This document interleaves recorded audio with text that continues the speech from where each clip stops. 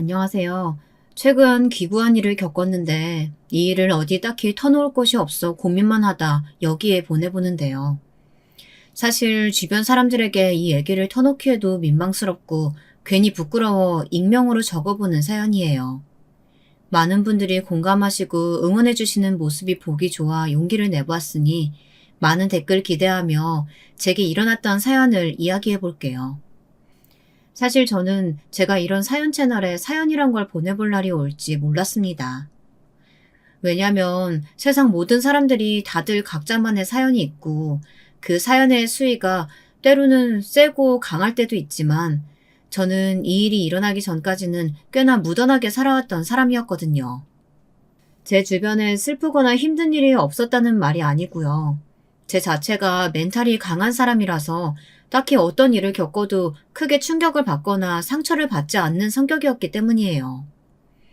전 남편은 우스갯소리로 연애 시절 이런 저를 보고 당신은 철의 여인이라는 말을 하기도 했어요. 제 친정 오빠들이 모여있을 때도 아버지께서 입버릇처럼 하신 말이 주란이를 본받아라 였습니다.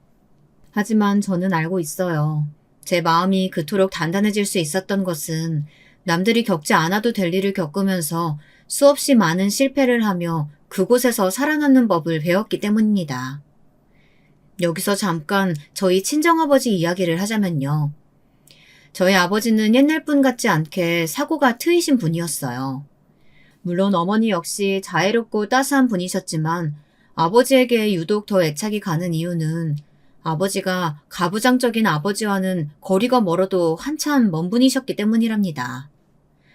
아버지는 여자도 남자와 같이 똑같은 수준의 교육을 받아야 하고 여자 역시 남자처럼 세상에 업적을 남길 수 있는 일을 할 수 있다고 하셨습니다. 그래서 막내딸인 제게 꼭 세상에 이로운 사람이 되라 말씀하시곤 하셨습니다. 덕분에 친정 오빠들은 자신들보다 공부를 잘하고 아버지에게 인정받는 저를 시샘할 때도 있었죠. 아버지, 너무 주란이만 좋아하시는 것 같아요. 아버지 사업 주란이한테 물려주시려는 거 아니죠? 여기 집안에 남자가 몇 명인데 형이랑 저는 유학까지 다녀올 각오로 임하고 있어요. 우리 막내딸 사랑하는 게 뭐 질투할 일이라고 사내 녀석들이 쫑알대는 거냐? 시샘 나면 니네들이 더 분발해. 분발해서 따라잡으면 될 것을. 주란이는 과외 한번 시키지 않아도 전교 1등만 턱턱 받아오지 않아. 저 애는 말보다 행동으로 보여주는 애다. 나는 공평해. 내 사업은 무조건 능력 있는 놈이 가져가는 거야. 그게 남자든 여자든 너희든 주란이든 가장 능력 있는 놈에게 물려줄 거야. 아버지가 무자르듯 저리 단호하게 말씀하시면 친정오빠들은 시무룩한 얼굴로 돌아서곤 했습니다. 오빠들도 수자이긴 했습니다. 다들 공부면 공부, 운동이면 운동, 못하는 게 없었죠. 저희 집은 3남 1녀의 구조였는데요. 특히 첫째 오빠가 머리가 영특할 뿐더러 얼굴도 잘생겨서 무슨 날만 되었다 하면 여자애들이 우리 집 대문 앞에 서 있곤 했습니다. 덕분에 그 수많은 연애 편지들을 전달해주는 메신저는 저였습니다. 사실 어머니 아버지 인정도 이미 받고 있고 집안도 부유했기에 남들이 보았을 땐 아마 저는 팔자 좋은 여자애였을 겁니다. 그렇게 저는 수순대로 우리나라 최고의 대학을 갔고 전문직 시험을 준비하게 되었습니다. 아버지 회사를 돕기 위해서였어요. 회계사 시험을 준비했는데 아는 분은 아시겠지만 시험의 난이도가 상당했기에 몇 년을 내리 공부만 해야 했습니다. 그럼에도 아버지 사업을 돕겠다는 일념 하나로 정진했던 것 같아요. 그것이 제가 아버지에게 보여드리는 사랑이자 자식으로서의 책임감이었어요.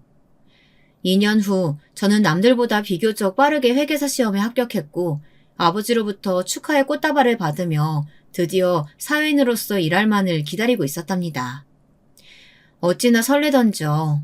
그토록 고생하며 공부하던 것들이 한꺼번에 보상받는 기분이 들었죠.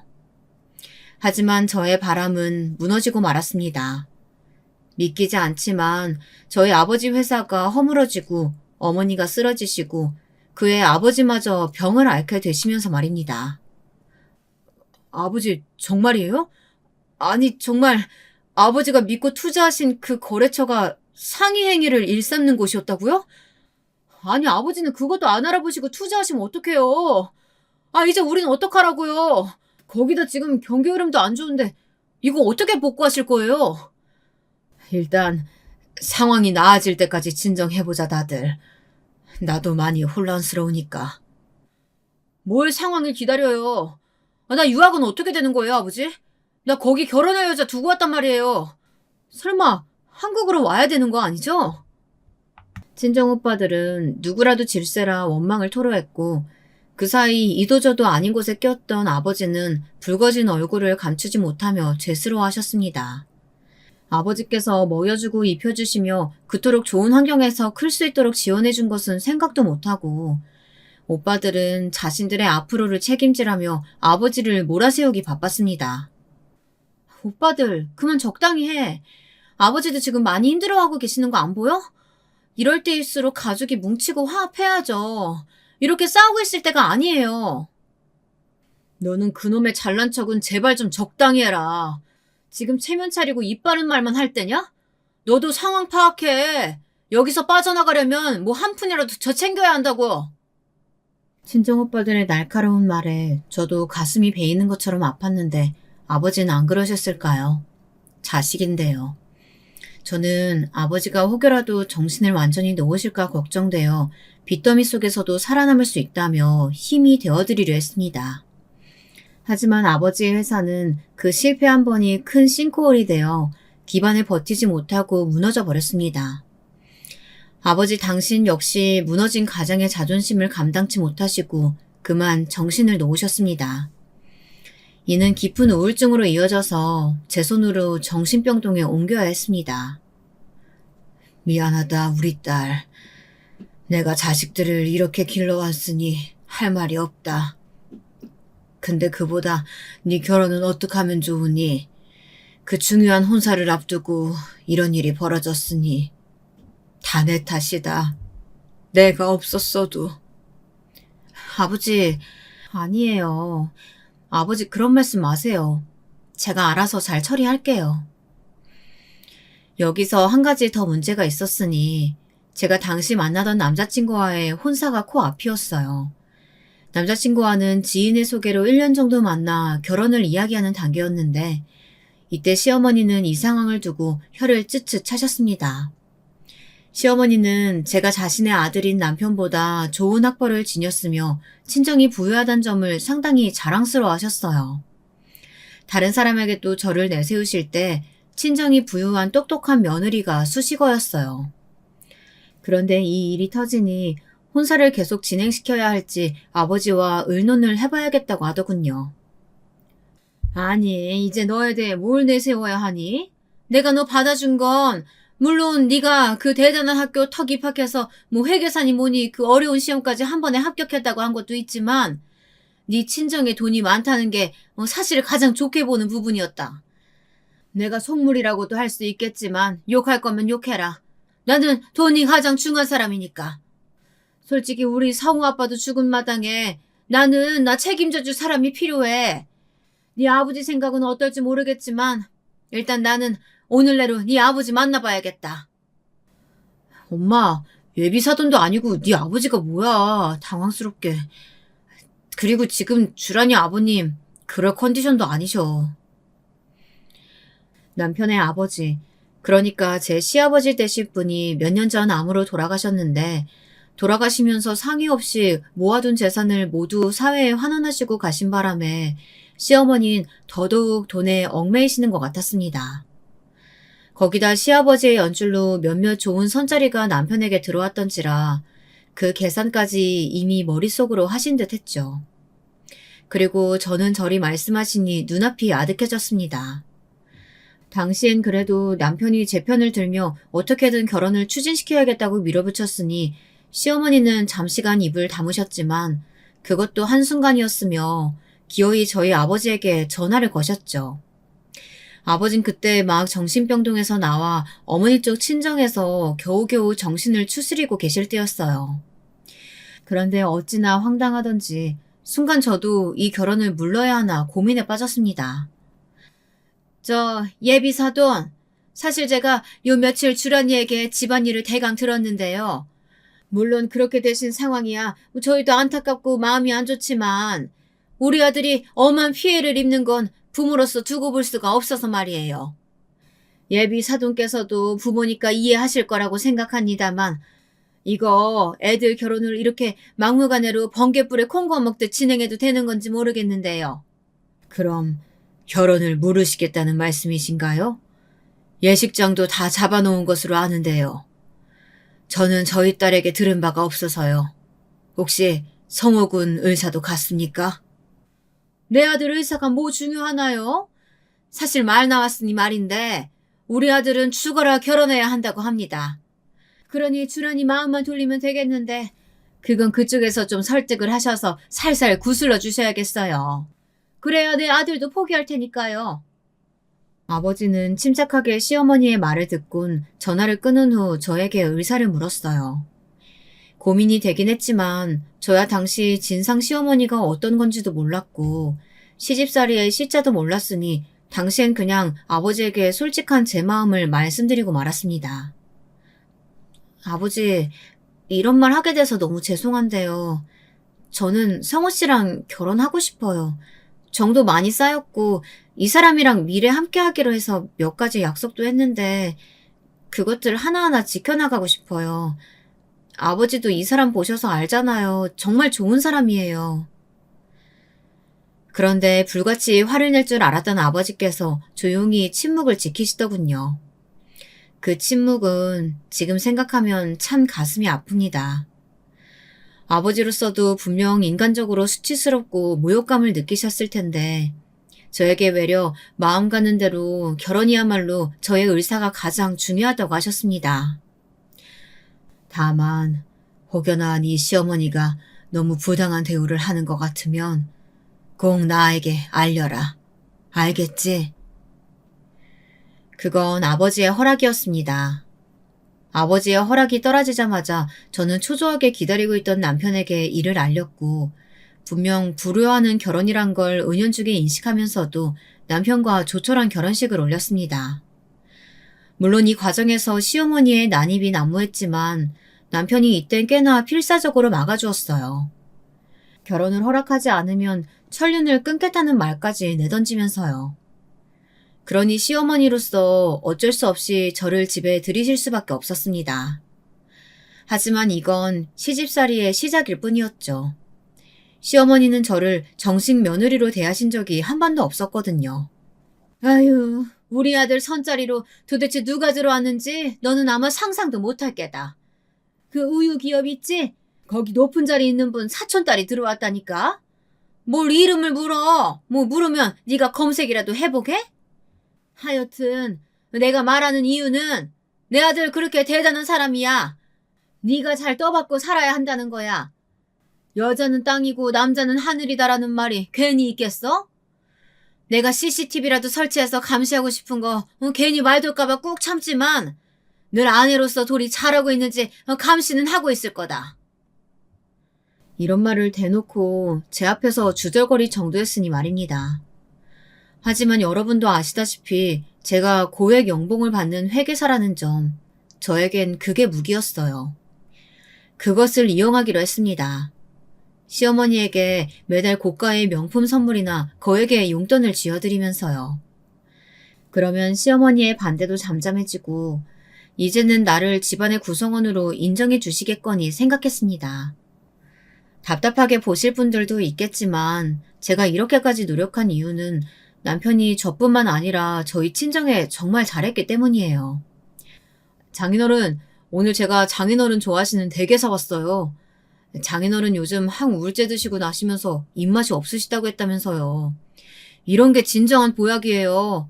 약 드시지 말고 사랑하는 딸이랑 산책하고 좋은 대화 나누고 그래요. 그게 더 정신건강에 좋아요. 제가 있는데 뭐가 걱정이세요.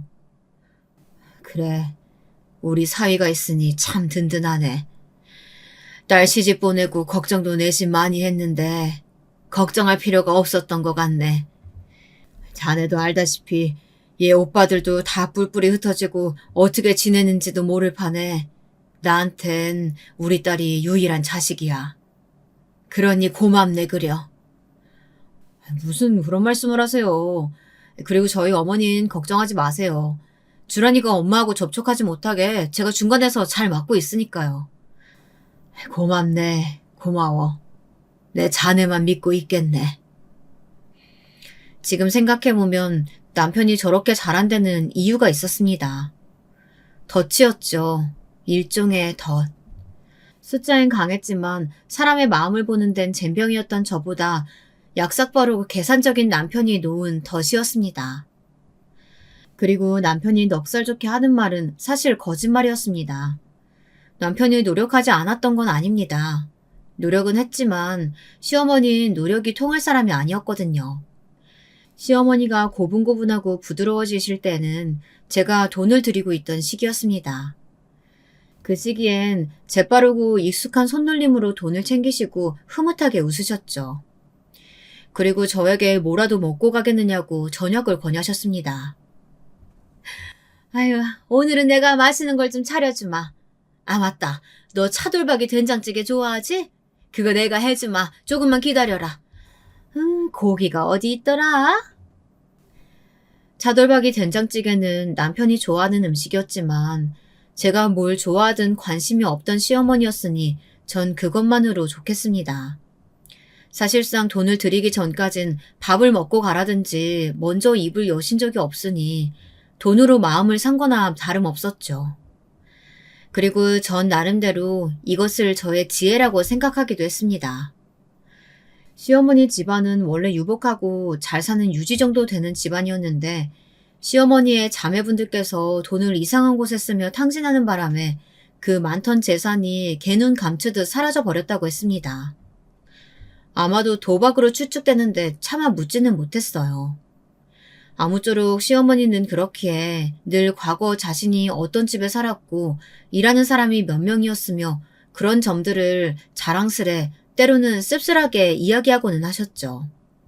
살아생전 시아버지께서도 수입이 적지 않았지만 워낙에 구두세셔서 시어머니에게 한도 외의 돈을 절대 쓰지 못하게 하셨고 시어머니의 큰아들 되는 저희 아주버님은 그럭저럭 중견기업에 다니는 평범한 직장인이셨고 애가 많아 생활이 빠듯했기에 시어머니에게 용돈을 줄 여력 같은 건 없었습니다.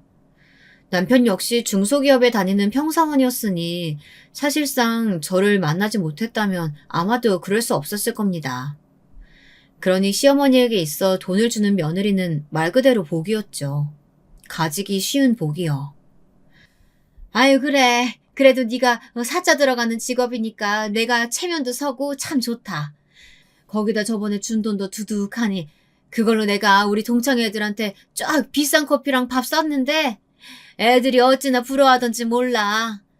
우리 장남 며느린 그지 같아도 내가 너 하나는 아주 잘 들인 것 같구나. 우리 앞으로 사이좋게 딸과 엄마처럼 잘 지내자.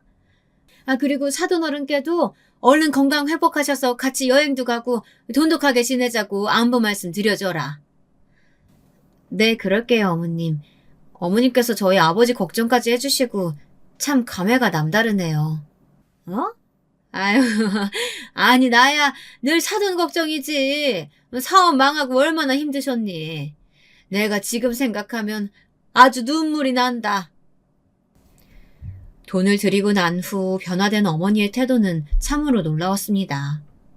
그리고 어떤 면에선 편했습니다. 듣기 싫은 소리 듣지 않아도 되고 저를 추켜 세우는 것이 싫지만은 않았으니까요.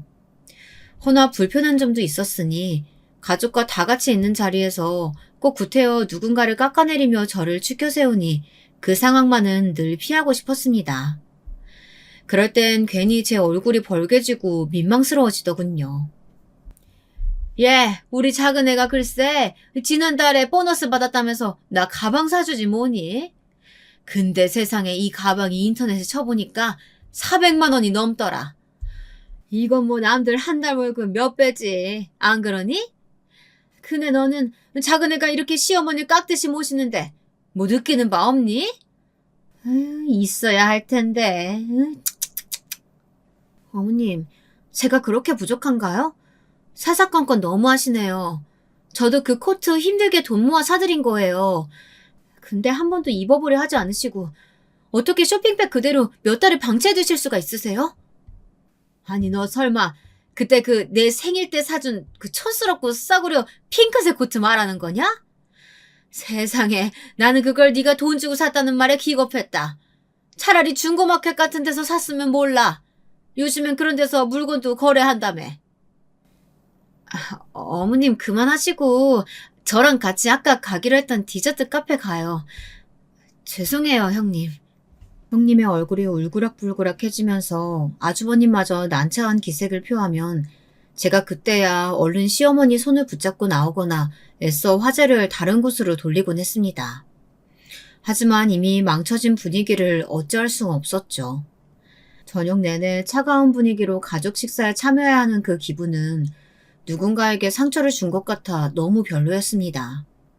그런데 문제는 다른 곳에서도 발생하더군요. 우리 엄마도 참 돈이 그렇게 좋나. 당신이 돈 주니까 옛날엔 며느리 취급도 안 하더니 지금은 아주 극진한 귀빈 모시듯 대하네. 엄마 눈엔 이제 나도 안 보이는 것 같아. 실질적으로 돈 주는 사람은 당신이니까. 그나저나 당신, 나 저번에 갖고 싶다고 했던 차 그거 예약 걸어뒀어? 나 얼른 타고 싶은데. 아, 그거 얼른 걸어둘게. 깜빡했다. 일이 바빠서. 빨리 해줘. 아, 나 지금 타고 다니는 차 너무 구리단 말이야. 당신 이번에 절대 깜빡하면 안 된다. 역시 당신뿐이야. 고마워. 정말 사랑해, 여보?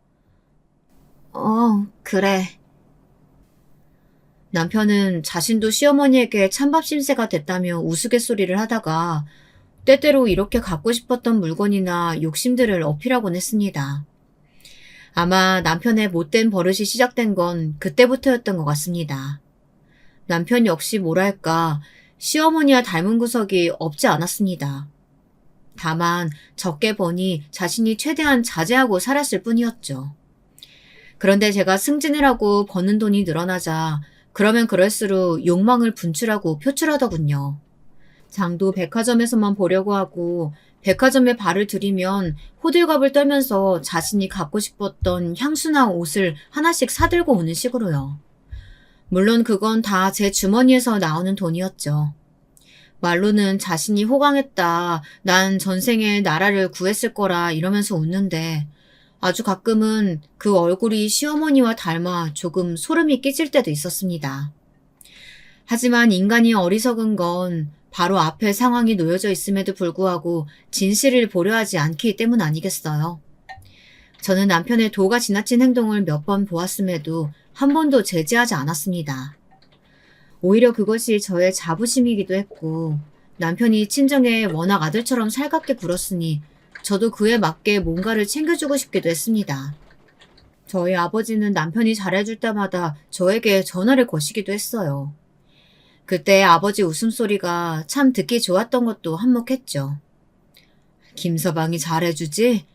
글쎄 오늘 내가 허리 아프다고 하니까 병원에 가야 한다면서 반차 내고 데리러 온다지 뭐냐.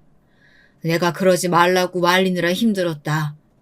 김서방 덕에 요즘은 네 엄마도 그렇고 나도 그렇고 웃을 일이 참 많네. 그나저나 네 오빠들은 어떻게 한 놈도 연락이 없는 건지. 아유, 자식 농사는 망했다는 생각이 드는구나. 그래도 너랑 김서방이랑 잘 살고 김서방이 아들처럼 잘 대해주니 그나마 살만하다. 아버지, 앞으로 더 잘해드릴 거예요. 그럴 날만 남았으니까 마음 놓으세요. 그나저나 제가 저번 날 엄마 통에 붙여드린 돈은 받으셨죠? 이번에는 얼마 붙이지 못했어요. 죄송해요. 제가 다음 달에 더 넣을게요. 아무래도 생활비가... 아니야. 그러지 마. 자식 돈까지 빼앗아 생활하면 그건 내가 너무 미안한 일이야. 우린 우리대로 잘 살고 있으니까 걱정하지 마. 그런데 통화를 하다 보면 한 가지 걸리곤 했어요. 저희 아버지는 어머니와 당시 반지 합방에 힘들게 사시고 계셨는데 제가 정작 남편과 시댁을 챙기느라 친정을 잘 챙기지 못하게 되었습니다. 아무리 돈을 잘 버는 직업이라고 해도 시댁과 남편의 사치가 도를 넘으니 그럴 수가 없게 되더군요. 친정 오빠들에게 전화를 걸어봐도 다들 하나같이 제 전화를 피하기만 할 뿐 도무지 받는 법이 없었습니다.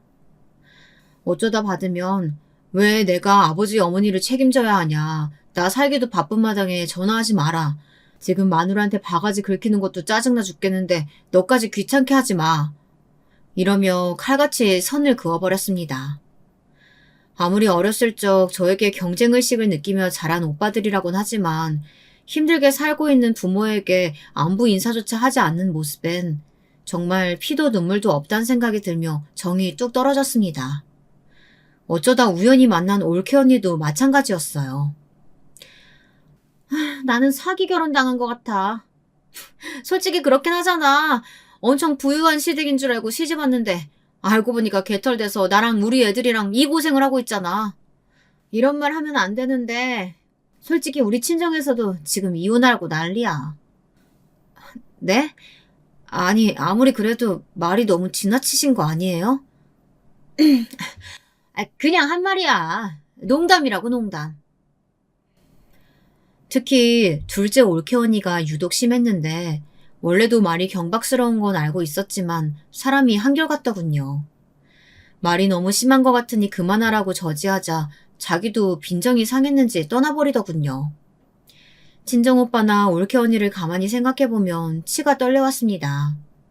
상황이 나쁜 것이지 사람은 기본적으로 선한 면을 가지고 있다고 믿고 있었지만 점점 그 가치관이 모호해지는 기분마저 들었어요. 원래 사람은 악한 존재인데 내가 너무 이상적인 면만 봐왔던 건가? 어떻게 가족이 저럴 수가 있지? 정말 받아들이기 힘들다. 그러면서 하나의 큰 결정을 내리게 되었는데요. 바로 친정부모님이 정말이지 경제적으로 궁핍하다는 것을 알게 되며 용돈을 그쪽에 더 드리기로 결정한 것이었어요. 그날은 아버지의 생신이었는데 여느 날 못지않게 외식을 하고 잠시 친정 부모님 댁에 들려 선물만 내려놓고 나오려던 찰나 어머니의 구두코가 다 헐어있는 걸 보고 말았습니다. 아니야, 신경 쓰지 마. 우린 괜찮아. 너희만 잘 살면 돼. 늘 이렇게 말씀하시던 어머니였지만 달아있는 구두코며 낡은 슬리퍼, 그마저도 밑창이 떨어져 나갈 것 같은 운동화 한 켤레를 보자 가슴이 찢어질 것 같더군요. 이렇게 돈을 벌고 있음에도 불구하고 지금껏 내가 누굴 위해 돈을 쓰고 있는 건가 하는 후회와 자책감이 동시에 올라왔습니다. 오빠들이 챙기지 않으면 나라도 챙겼어야 하는데 내가 너무 안일하게 생각했구나. 부모님의 말을 고지고대로 다 믿어버린 게 잘못이야. 지금껏 내색도 못하시고 얼마나 힘드셨을까. 전 생각이 서면 바로 행동으로 옮기는 사람이었습니다. 즉시 결정을 내리고는 남편에게 통보했어요. 당분간 시어머니 용돈은 조금 줄이고 쓰던 생활비도 허리띠 졸라매면 충분히 가능할 것 같았죠. 그런데 여기에 반응하는 시어머니의 첫마디부터 저는 경악을 할 수밖에 없었고 이에 목소리가 높아지기 시작했죠. 그리고 그것은 오늘 사연을 쓰게 된 사건으로 이어졌습니다. 아니, 이 무슨 소리냐? 내 용돈을 한 달에 200으로 줄이겠다고? 아니 그럼 나는 뭐 먹고 살라고 그러는 거야? 너 내가 홀시어머니라고 무시하니? 아니 아가, 나는 너 그렇게 안 봤는데 넌 어떻게 이럴 수가 있냐? 200이면 난 집안에서 꼼짝도 못해. 난 집에 있으면 답답해서 매일을 돌아쳐야 하는 사람인데. 그러니까 외출을 조금 줄이시고 차라리 책을 보시던지 취미생활을 가지시는 게 좋지 않을까요? 어머님이 매일 친구들 만나시며 쓰시는 돈이 상당하신 것 같아요. 아니면 가벼운 아르바이트라도 단기만 구해보시는 건 어떨까요? 너 지금 그걸 말이라고 하니? 눈치껏 두고 어디서 그따위 말들을 씨부려대고 있어? 아들아, 이거 너도 알고 있었던 거야? 나 생전 이런 당황스러운 말은 처음 들어본다. 나는 책에는 관심도 없을 뿐더러 문자만 보면 현기증 나는 사람이야. 그리고 뭐 아르바이트? 내 나이가 몇인데 아르바이트냐? 누가 날 써준다고? 너 지금 식당에서 이 시애미에 허리 다쳐 죽기라도 바라는 거야? 어머님 그런 말이 아니고요. 지금 제 말을 단단히 오해하신 것 같아요. 저는 필요하시다면 그렇게 하시라는 말이었고 강요드린 건 아니었어요. 그리고 제가 말씀드렸잖아요. 저희 친정 부모님께서 지금 반지 하방에 살고 계신데 저에게 말 못할 뿐이지 생활이 어렵다고요. 제가 자식으로서 마음이 아파서 그래요. 한 번만 이해해 주실 순 없을까요?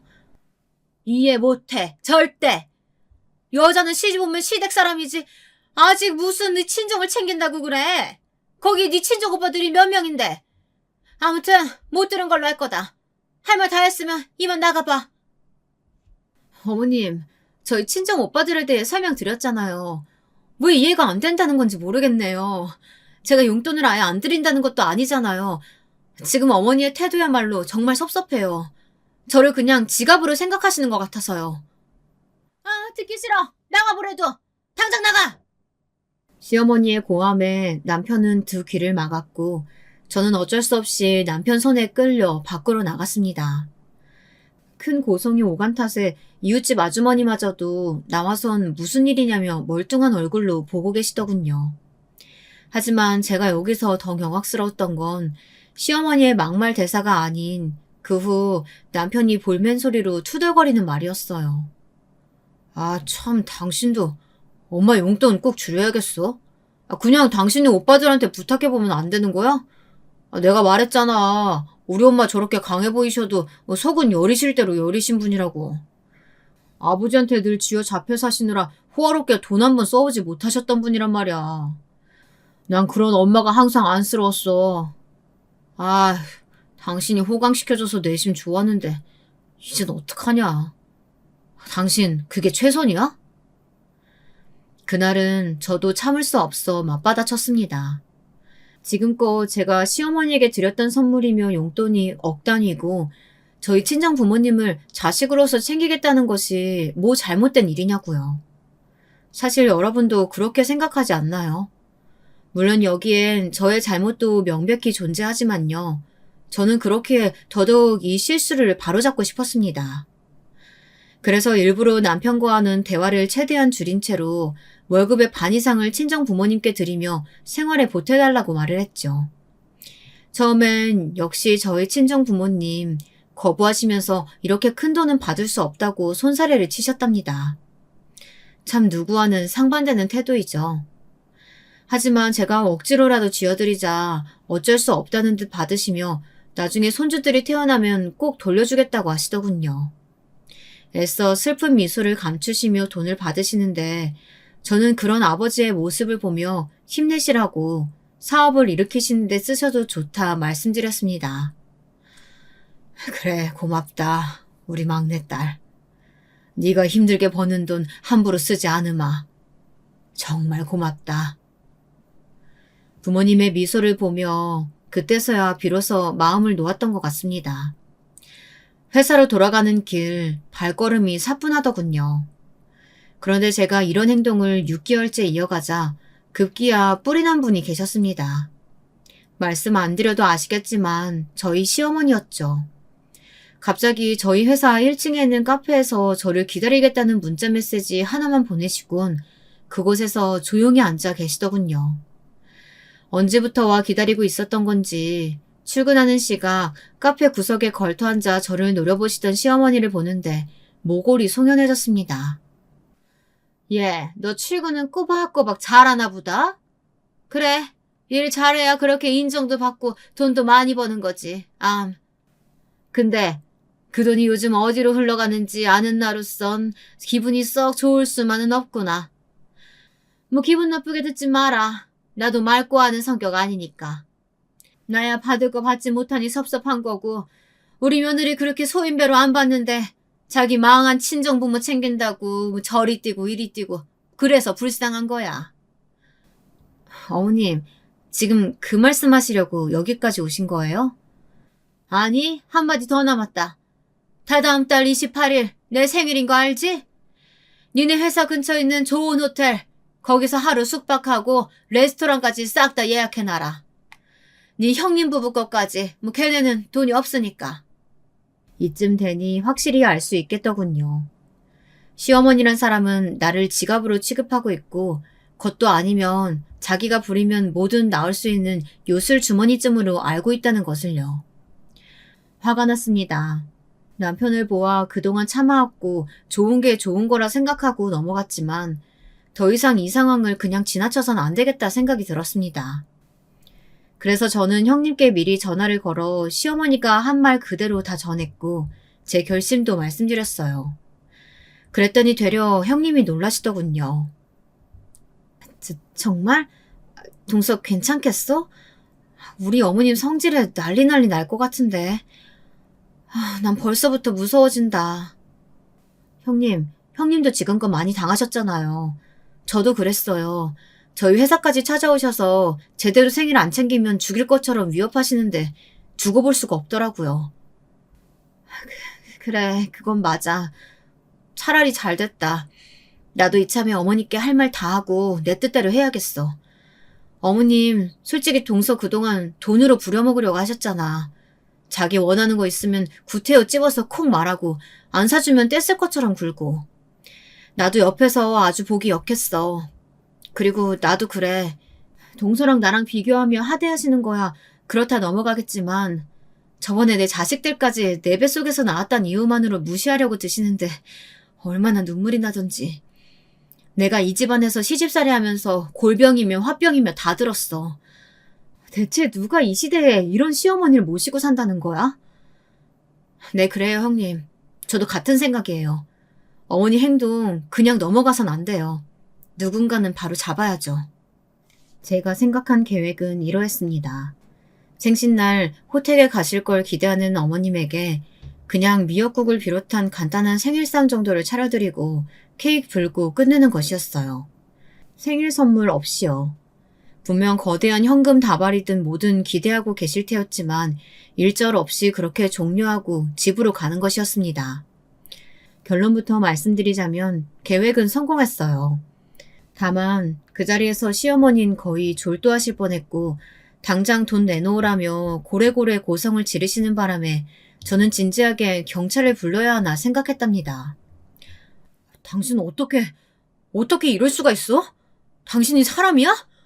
아니 우리 엄마 생일상에 겨우 뭐 잡채, 갈비, 미역국 뭐 이딴 거 몇 개 차려놓고 먹으라고? 당신 나한테 선물 준비했다고 거짓말까지 했었잖아. 그랬어. 거짓말 안 하면 당신이 그 입으로 시어머니에게 가서 뭐라고 했을지 뻔한 거 아니야? 뭐? 어머님 행동 단단히 잘못됐어. 며느리들 저렇게 부리시는 거 고치셔야 돼. 안 그럼 난 이제 어머님 한 가족으로 대할 수 없어. 그걸 확실하게 말씀드리려고 오늘 이런 액션 취한 거고. 당신 미쳤구나 정말. 내가 어떻게 너같이 무서운 여자랑 여태같이 살았냐? 남편은 예상대로 길길이 날뛰었는데 이건 제 예상 안에 있어 감당할 수 있었습니다. 기분은 상했지만 어쨌든 반드시 거쳐야 할 관문이라고 생각하면서요.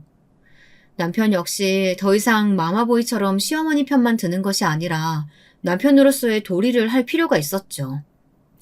그런데 이때부터 한 가지 이상한 조짐이 있기 시작했는데요. 남편이 슬슬 외박을 하기 시작하더라고요. 자기 엄마를 그렇게 대했다는 것에 대한 분노와 원망을 일절 필터 없이 그대로 드러내는데 그 태도가 거의 아나무인 격이었습니다. 이건 정말이지 도가 지나쳐 받아들이기가 힘들었습니다. 당신 오늘은 어디 가는데? 말했잖아. 우리 엄마 보러 간다고. 전화하지 마. 그리고 다음 주는 낚시하러 2박 3일 외박할 거야. 당신 그래. 낚시 취미생활 하는 거 좋은데 집에는 들어오면서 적당히 해야지. 당신 요즘 일주일에 3-4번은 외박인 거 알아? 이럴 거면 뭐하러 같이 살아? 왜? 돈은 네 돈 쓰면서 내가 밖에 나가서 좋은 구경하고 돌아다니니까 싫냐?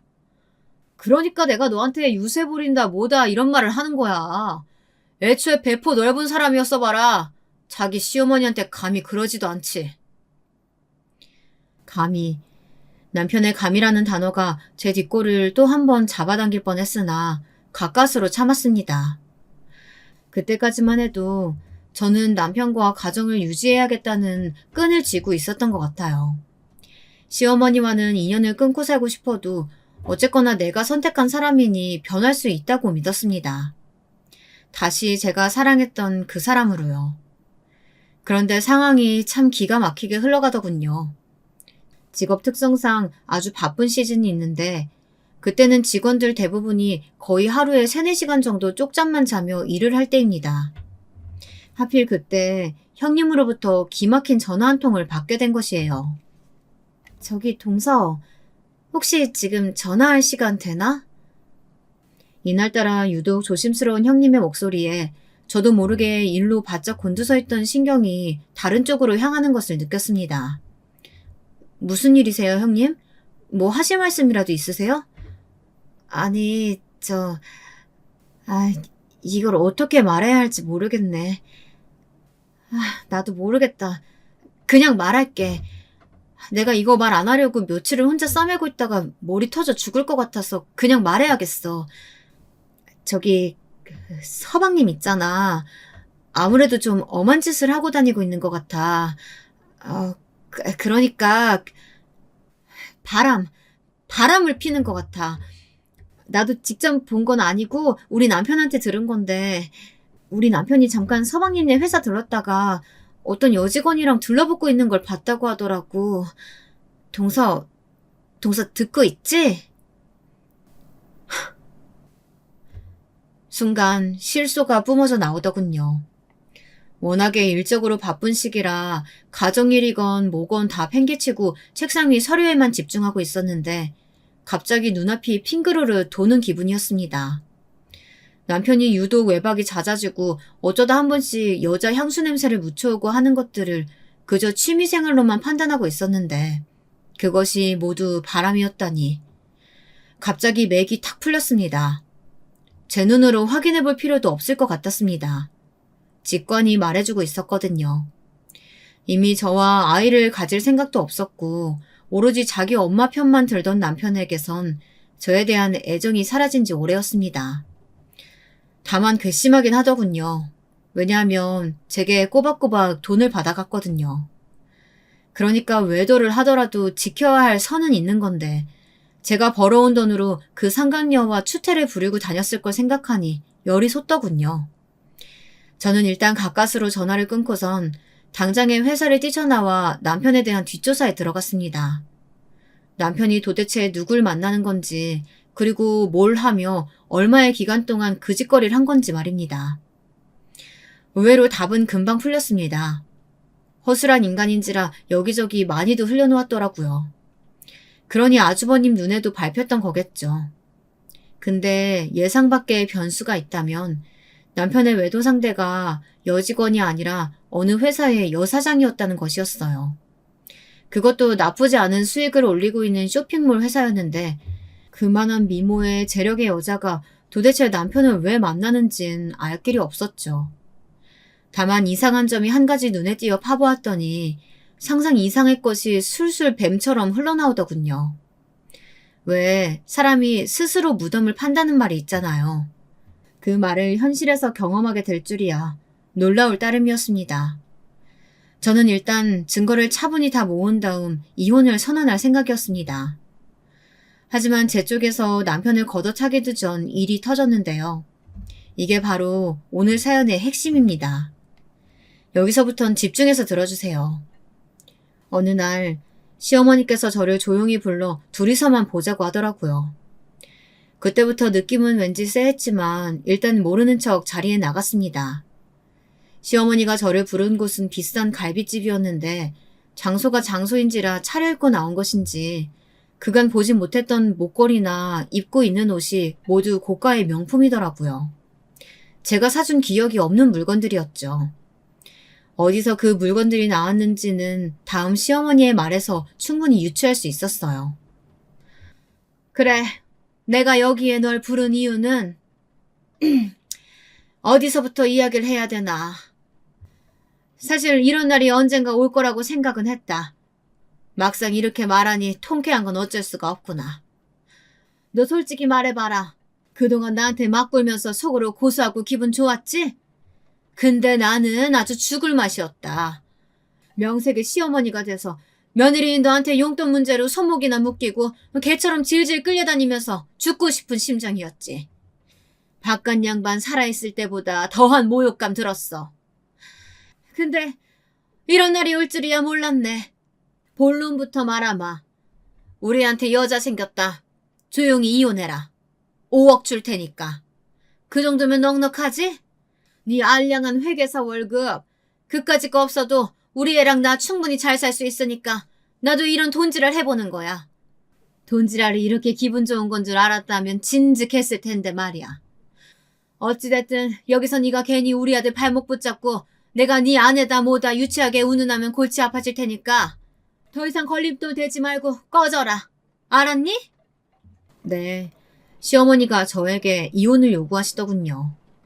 먼저 선수를 치시며 당당히 그 말씀을 하시는데 만면에 미소가 가득 띄어져 있었습니다. 여기서 끝이 아니었죠. 갑자기 초대하지 않은 2명의 손님이 나란히 손을 잡고 들어오는데 남편과 상간녀였어요. 여우 같은 눈매로 살살 웃으며 남편 손을 꼭 붙들고 있는데 속이 뒤집어지더군요. 동시에 이런 생각이 들었습니다. 이제부턴 내가 반격할 차례인데 내가 알고 있는 이 사실을 말하면 둘 다 거품 물고 쓰러지겠구나. 저는 차분히 남편을 바라보며 일단 5억부터 달라고 말했습니다. 지금 입금시켜줘야 깔끔하게 끝내겠다고요. 그러자 남편은 비릿하게 미소를 지으며 그래, 너의 친정 많이 힘들지? 그 돈 아버지께 보내드려. 하고 웃더라고요. 한때 자신의 장인어른이었던 분께 일말의 양심조차 없는지 상간녀와 함께 허허 웃고 있는데 그 앞에 놓인 기름장을 부어버리고 싶은 마음을 간신히 참아냈습니다. 그래, 5억 지금 줄게. 나도 그럴 줄 알고 준비해왔어. 네가 또 돈 계산은 아주 철저한 여자잖냐. 자, 지금 입금시킬 테니까 확인해. 고마워. 저는 남편에게 고맙다고 답했는데 시어머니나 남편이나 제가 별로 크게 당황하지 않고 의외로 덤덤하게 구는 걸 보자 외려 좀 이상함을 느꼈나 봅니다. 서로 얼굴을 확인하며 불안한 눈길을 주고받더군요. 저는 5억이 입금될 때까지 따뜻한 보리차물을 마시며 차분히 기다렸습니다. 그리고 입금된 걸 확인한 순간 이를 터뜨려버렸죠. 돈 잘 쓸게. 당신한테 돈 받는 날이 올 줄은 몰랐네 나도. 늘 내가 주기만 했잖아. 나는 주는 사람이고 당신은 받는 사람. 그게 너무 당연해서 한 번도 뒤집어 볼 생각을 못했는데 솔직히 꽤 감동이야. 그리고 하나 더 말하면 놀라지 말고 들어. 당신 옆에 있는 이 여자? 이 여자 바지 사장이야. 빈털터리 바지 사장이라고. 못 알아들었어? 다시 말해줘? 무슨 말이야? 우리 에라가 무슨 바지 사장이야? 너 뭐라고 그런 말을 짓거리는 거냐? 괜히 너보다 어리고 이쁘니까 질투나서 그러는 거지? 그러니까 얘가 지금 도대체 무슨 말을 하는 거야? 어머님, 저한테 묻지 마시고 그냥 장본인한테 물으세요. 그게 빠르지 않으시겠어요? 저는 더 할 말 없네요. 역시나 상간녀는 손을 덜덜 떨고 있었습니다. 안색이 파리한 채로 급기야 손에 쥔 컵마저 떨어뜨리는데 남편과 시어머니 역시 직감한 눈치였죠. 네, 전 상간녀에 대해 조사하며 이미 알고 있었습니다. 상간녀가 바지 사장에 불과하고 이 회사를 실제로 운영하고 있는 자기 친구의 하녀와 다름없는 존재라는 것을요. 그럼에도 마치 자신이 사장인 척 그렇게 행세하며 제 남편을 꼬드긴 것에는 또 뭔가 다른 이유가 있겠죠. 제 남편의 겉모습만 보고 시댁이 부유하다고 생각했다던가 그래서 한몫을 잡으려고 했다던가 말입니다. 당신이 무슨 이유로 이 인간 말종 같은 남자한테 접근했는지는 몰라도요. 꽃뱀 같은 짓은 더 못하게 됐네요. 나도 그냥 넘어가긴 좀 억울해서요. 그럼 즐거운 식사 되세요. 이제 가족들 사이시니 맛있게 드셔야죠. 계산은 제가 할게요. 5억 받았으니까 그 답내라고 생각하세요, 어머님. 그제야 시어머니의 비명소리가 들리며 식당이 한바탕 뒤집어졌습니다. 시어머니는 저를 붙잡으며 제발 한 번만 용서해달라고 2손까지 모아 싹싹 빌더군요. 예, 내가 아주 큰 실수를 했다. 아주 큰 무례를 범했어. 그 돈 우리 집 판돈이야. 그 돈 없으면 안 돼. 내가 이렇게 비마, 나 용돈도 안 줘도 돼. 아니 안 주는 건 그렇고 한 달에 100만 원만 줘도 된다. 그것도 감지덕지로 생각할게, 어? 이후 시어머니에 이어 남편까지 지저분하게 굴며 저희 친정집을 번갈아 찾아오는데 이 모든 사정을 알게 된 아버지께서 직접 빗자루를 휘둘러 내쫓으셨습니다. 저희 어머니는 물까지 가득 떠와 남편의 얼굴에 뿌려버리셨고요. 그렇게 비참하게 허둥지둥 도망가는 모자의 꼴을 보니 속이 시원하게 내려갔습니다. 저는 이혼을 한 후 5억은 그대로 전 시어머니 통장에 꽂아 넣었습니다. 사실 그 돈 받을 수도 있었고 주변에서도 다들 받으라고 하는 의견이 우세했지만 적어도 또 돈으로 그 집안과 얽히고 싶지 않았어요. 우리 딸, 그간 힘들었을 텐데 너무 고생 많았다. 아버지가 도움 못 대줘서 미안하다. 대신 이제부터라도 우리 한 식구로 다시 똘똘 뭉쳐 잘 살아보자꾸나. 응? 내 아빠 그렇게 해요. 지금은 저희 아버지를 도와 사업을 하고 있습니다. 그리고 사업은 천천히 상승세를 기록하고 있고요. 아버지와 제가 일구어내는 이 사업이 분명 커질 것이라 확신하고 있어요. 이혼이란 인생의 험한 길을 걸으신 선배님들, 제 이야기를 듣는다면 아마 더 공감할 부분도 많으셨을 텐데요. 어찌되었건 저는 이혼녀라는 꼬리표는 달았지만 요즘 저의 삶에 행복해하며 하루하루를 충분히 성실하게 보내고 있답니다. 저의 삶, 앞으로 나아갈 길, 좋은 일들 펼쳐지길 바라는 마음으로 사연을 마치겠습니다. 들어주셔서 감사합니다.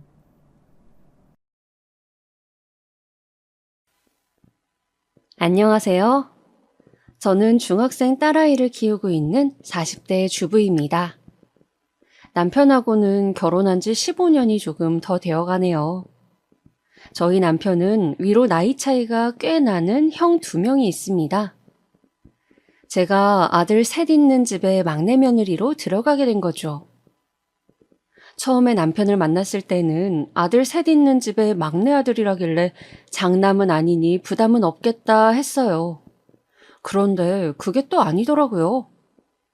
저는 막내 며느리이지만 첫째 며느리보다 더한 삶을 살았습니다. 무슨 일인가 궁금하시죠? 그럼 막내 며느리로서의 저의 삶, 지금부터 이야기해보려 합니다. 글솜씨가 없지만 잘 들어주셨으면 좋겠습니다. 15년 전 가을, 저는 27살의 꽃다운 나이에 남편과 결혼을 하게 되었습니다. 남편과는 어릴 적부터 친하게 지내던 친구였는데 성인이 된 후 연인으로 발전하게 된 케이스였어요. 어릴 적부터 친구였다 보니 학창시절에 남편 집에 몇 번 놀러 간 적도 있어서 시어머니랑도 초면은 아니었죠.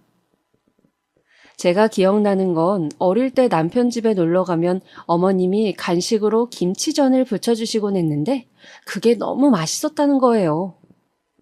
그리고선 다음에 또 놀러 오라며 집에 가는 길에 아이스크림이라도 사 먹으라고 용돈을 쥐어주시기도 했죠.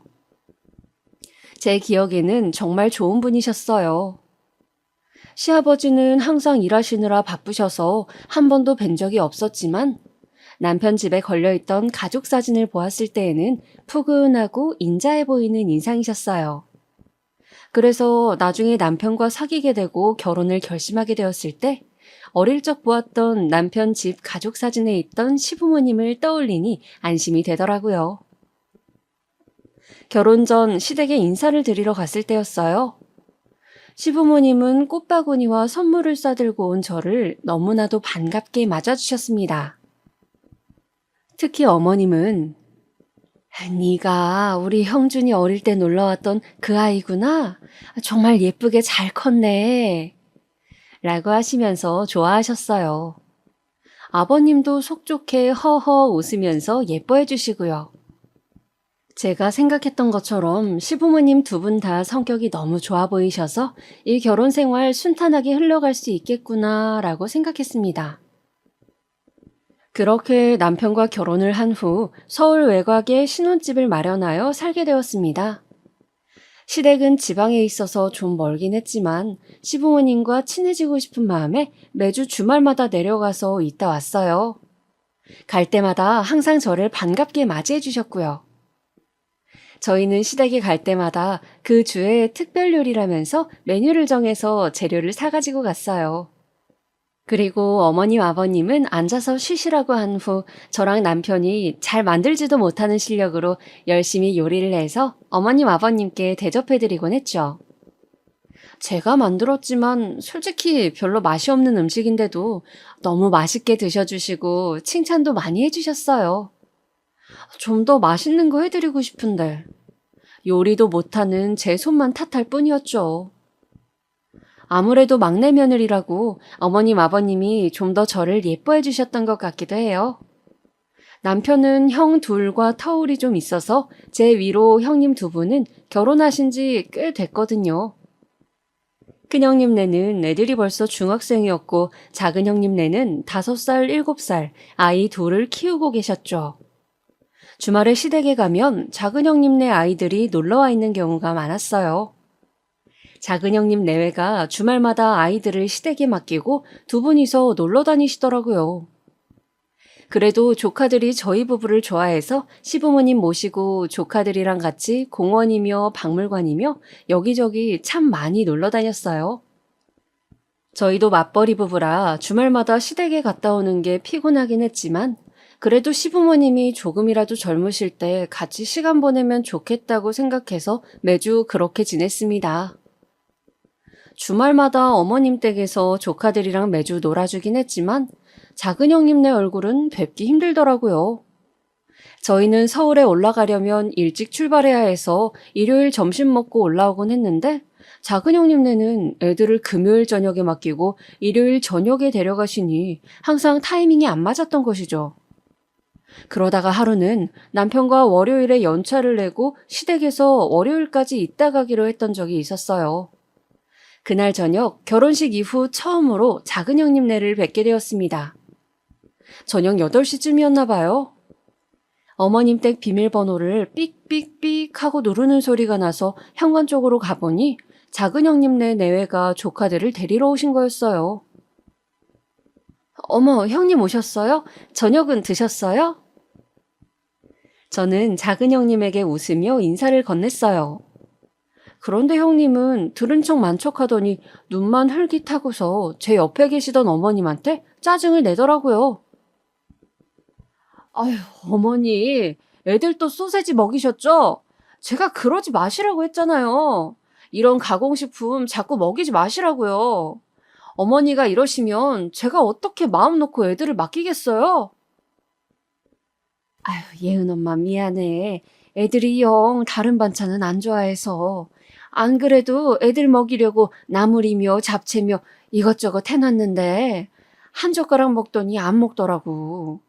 다음에는 다른 반찬 다시 만들어 볼게. 걱정하지 말고 어여가 얼른.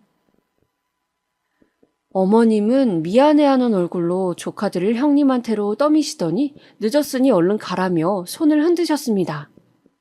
작은 형님은 결혼식 때 간단하게 인사만 하고 그 이후로 오늘 처음 뵈었는데 생각보다 쌀쌀맞으시더라고요. 형님이 저렇게 쌀쌀맞게 하는데도 옆에 있던 아주버님은 신경 쓰는 기색도 없이 애들만 데리고 휙 가버렸어요. 현관문이 닫힌 후 어머님 얼굴을 보니 씁쓸한 표정을 지으시더라고요. 저는 어머님이 신경이 쓰여 말을 걸었어요. 그런데 형님네는 오셔서 식사도 안 하고 그냥 가시나 봐요. 저녁이라도 드시고 가시면 좋을 텐데. 쟤네는 원래 저래. 내일 출근해야 돼서 바쁘다고 저러는 거지 뭐. 신경 쓸 것 없다, 아가야. 어머님 말씀으로는 매주 항상 저런다고 하더라고요. 주말마다 부부가 어딜 그렇게 둘이서만 돌아다니는지 애들은 어머님한테 덜렁 맡겨두고 고마워할 줄도 모르는 사람들이었어요. 저 같으면 바빠서 식사할 시간이 안 되면 적어도 애들 봐주셔서 감사한 마음에 과일이라도 사들고 올 것 같은데 여태까지 어머님이 주말마다 애들 봐주신 3년 동안 단 한 번도 손에 뭘 들고 온 적이 없었다고 하네요. 그리고 남편에게 얘기를 들어보니 형님은 또 어찌나 까다로운지 애들 맡기는 입장이면서도 먹는 거, 입히는 거 하나하나 어머님한테 잔소리하고 순하신 우리 어머님은 거기에 또 말대꾸도 못하고 그래, 그래, 내가 미안하다 하면서 살았다네요. 우리 어머님이 사실 허리도 안 좋으시고 선천적으로 몸이 약하신 편이라 평일에는 거의 누워 계시거든요. 조카들 오는 주말에만 기운 내서 애들이랑 놀아주는 건데 정말 너무하다는 생각이 들었어요. 그리고 나서 몇 주 후 결혼하고 첫 명절이었어요. 명절 전날 시댁에 내려가 보니 큰형님네가 와 계시더라고요. 중학생이던 애들은 공부한다고 안 오고 형님네 내외만 오셨어요. 제가 도착하자 큰형님이 저에게 앞치마를 주면서 말하시더라고요. 동서, 전 부칠 줄 알지? 내가 재료는 다 사놨으니까 한번 해봐. 난 여태까지 많이 했으니까 이제 앞으로는 동서가 다 하면 되겠다. 그치? 아, 네. 큰형님의 말투가 약간 거슬리긴 했지만 제가 새로 들어온 막내 며느리이니 군기 잡으려고 하시나 보다 했습니다. 저는 재료부터 손질한 후 전을 부치기 시작했어요. 어머님이 옆에서 도와주시려고 했지만 최근 들어 부쩍 몸이 안 좋아 보이셔서 제가 말렸습니다. 그래서 혼자 전을 부치는데 제가 하는 방식이 맞는지 잘 모르겠더라고요. 그래서 큰형님께 물었습니다. 형님, 이거 이렇게 하면 될까요? 저희 집에서는 이렇게 하는데 여기서도 똑같이 하는 게 맞는지 해서요. 어머, 동서는 그런 것도 하나하나 물어보면서 해야 돼? 그런 거는 원래 본인이 알아서 하는 거야. 나 때는 다 내가 알아서 했어. 여하튼 난 저 방에서 좀 쉬고 있을 테니까 다 하면 불러. 결국 어머님 아버님께 물어가며 겨우겨우 전을 다 부쳤습니다. 뒷정리도 저 혼자 다 하고요. 작은 형님네는 저녁 시간이 다 되었는데 안 오시더라고요. 저녁 시간에는 저랑 어머님이 식사를 준비하고 큰형님네와 다 같이 식사를 했습니다. 밥을 먹는데 형님과 아주버님은 한마디 말도 안 하고 휴대폰만 보면서 식사하시더라고요. 어머님이나 아버님이 말이라도 걸면 듣는 둥 마는 둥 제대로 대답도 안 하더군요. 결혼한 지 오래돼서 그런 건진 모르겠지만 어른들 앞에서 예의가 너무 없다는 생각이 들었습니다. 식사 후 설거지도 제 몫이었어요. 큰형님은 배부르다며 산책 좀 해야겠다고 밖에 나가시더라고요. 아주버님은 TV 앞에 들어놓으시고요. 그나마 남편이 조금 도와줘서 덜 서러웠습니다. 둘째 형님네는 밤 늦은 시간에 오더니 애들만 맡기고 또 둘이서 술 마시러 나가시더라고요. 어머님은 항상 있는 일이니 그러려니 하고요. 아휴, 저희 시부모님 참 좋은 분들이시고 시집살이도 없어서 좋은데 오히려 형님들, 아주버님들 하시는 행동이 마음에 안 들어서 속이 뒤집히더라고요. 그런데 손 아랫사람인 제가 거기에다 대고 뭐라 지적할 수도 없는 노릇이고요. 자주 안 보는 사이니까 망정이지 그날은 정말 쓴소리 하고 싶은 거 꾹꾹 참느라 고생 좀 했습니다. 형님들은 명절 당일 제사를 지내고 바로 짐만 바리바리 싸들고 가시더라고요. 아까까지는 어머님 아버님한테 그렇게 쌀쌀맞게 굴더니 집에 갈 때는 이거 싸달라 저거 싸달라 없는 애교 피우면서 하나라도 더 뜯어내는 모습이 우스웠습니다. 부랴부랴 짐 싸서 제대로 된 인사도 없이 문만 쾅 닫고 가버리는 모습에 저도 모르게 쯧하고 혀를 차게 되더라고요. 그 이후에도 계속 비슷했어요. 처음처럼 매주 시댁에 내려가진 못했지만 못해도 2주에 한 번씩은 내려가려고 노력했어요. 형님들은 명절 때 빼면 코빼기도 안 보이는 것도 역시 똑같았고요. 어느 날은 어머님이 감기 몸살로 아파서 드러누워 계신데도 주말에 애들 맡기고 가는 작은 형님을 보면서 정말 어이가 없었습니다. 보다 못한 저희 남편이 아주버님한테 한마디 했어요. 아니 형, 엄마 아파서 드러누워 계시는데 너무한 거 아니야? 형 자식들은 형이랑 형수가 좀 돌봐. 아우씨, 야, 네가 무슨 상관이야? 그리고 엄마가 안 되면 재수 씨도 있는데 재수 씨가 애들 좀 봐주면 되지. 도대체 뭐가 문제야? 아주버님이 저렇게 말하자 남편이 어이가 없어서 헛웃음을 치더라고요. 그러자 작은 형님이 한마디 덧붙였습니다. 아니, 삼촌이 무슨 상관이래요? 삼촌이 우리 애들 봐주는 것도 아니면서. 그리고 동서, 우리 애들 어머님한테 감기 옮으면 안 되니까 애들 어머님 방에 못 들어가게 하고, 오늘은 동서가 좀 봐줘. 어차피 여기 있으면서 할 일도 없잖아. 저는 형님의 말에 뒤통수를 한 대 얻어맞은 듯 머리가 띵했습니다. 형님 내외는 저희 부부에게 저렇게 말하고선 저희가 뭐라고 대답하든 말든 듣지도 않고 그냥 나가버렸어요. 정말 어이없는 상황이죠. 뭐 저런 일이 한두 번이 아니었다는 것만 말씀드리고 싶네요. 형님들 아마 이렇게 가족으로 만나지 않고 밖에서 만났다면 아마 제가 뺨 한 대 때렸을지도 모르겠어요. 자세한 일화를 하나하나 다 얘기할 순 없지만 간단하게 말하자면 큰형님, 작은형님 내외는 시부모님께 필요한 것만 얻어가고 예의도 없고 자식도리조차 모르는 그런 사람들이었습니다. 상종하기 싫은 인간들이었죠. 그렇게 제가 형님들 몫까지 며느리 노릇을 다 하고 지내다가 결혼한 지 2년째에는 저는 아들을 낳게 되었습니다. 맞벌이라 내심 어머님이 몇 년만 아이를 키워주셨으면 했지만 어머님 몸 약하신 거 잘 알고 있기 때문에 부탁하지 않았습니다. 더군다나 아직까지도 작은 형님이 주말마다 애들을 맡기고 있었기 때문에 평일까지 어머님을 힘들게 하고 싶진 않았어요. 그래서 저는 어쩔 수 없이 직장을 그만두고 집에서 아이를 키워야 했습니다. 집에서 제 아이를 키워보니 그동안 어머님이 얼마나 힘드셨을지 알겠더라고요. 젊은 저도 이렇게 힘든데 어머님은 오죽하셨을까요? 아이를 키우느라 예전처럼 시댁에 자주 내려가진 못했지만 안부 전화는 자주 드렸어요. 통화해보니 어머님이 나이를 드시면서 점점 몸이 더 안 좋아지시는 것 같더라고요. 매일 한의원에 다니시는 것 같더니 요새는 그마저도 힘들어서 못 가시는 것 같았어요. 그러다가 어느 날 큰일이 터지고 말았습니다. 어머님으로부터 급한 전화를 받은 남편이 저를 데리고 시댁 근처의 큰 병원으로 향했습니다. 아버님이 교통사고를 크게 당하셨다는 전화였어요. 병원에 부랴부랴 도착해보니 어머님은 이미 실성하기 직전이었고 아버님은 응급수술 중이셨습니다. 아버님이 택시 운전을 하셨는데 졸음 운전을 하던 화물차가 아버님의 택시를 덮치는 바람에 크게 중상을 입어 수술 중이었던 것입니다. 어머님은 큰 충격에 저희가 왔는지도 모르고 계속 울고 계셨습니다.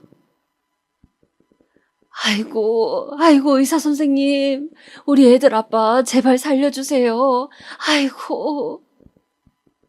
어머님은 바닥에 엎드려서 두 손이 가루가 되도록 빌고 계셨어요. 하느님, 부처님 다 찾아가면서요. 저도 너무나 초조한 나머지 손톱을 잘근잘근 씹었습니다. 남편은 한 손을 머리에 짚고선 병원 복도를 계속 왔다 갔다 거렸어요. 남편은 근처에 살면서도 오지 않는 아주버님들한테 몇 번이고 계속 전화를 했지만 받지를 않는 것 같더라고요. 결국 수술이 끝날 때쯤에서야 큰아주버님, 작은아주버님이 오셨습니다. 수술이 끝나고 의사 선생님께 들은 말씀은 충격이었어요. 사고가 너무 심했던 나머지 다리가 거의 으깨지다시피 해서 겨우겨우 수술로 연결은 해놓았지만 앞으로 한쪽 다리를 못 쓸 거라고요. 그리고 그 외에도 손상이 간 부위가 너무 많아서 앞으로 몇 년간은 요양과 재활에만 집중해야 한다고 하더라고요. 어머님은 그대로 혼절하셨습니다. 근처에 있던 의료진들이 어머님을 이동식 침대에 눕혀 데려가는 동안 남편은 화를 참지 못하고 주먹으로 한쪽 벽을 내리쳤습니다. 그리고선 아이처럼 소리내어 울더라고요. 아주버님들은 옆에서 한숨만 푹푹 쉴 뿐이었습니다. 앞으로 어떻게 해야 할지 정말 한치 앞이 깜깜했어요. 그 이후 아버님의 오랜 입원 치료가 끝난 후 드디어 집에 오시게 되었습니다.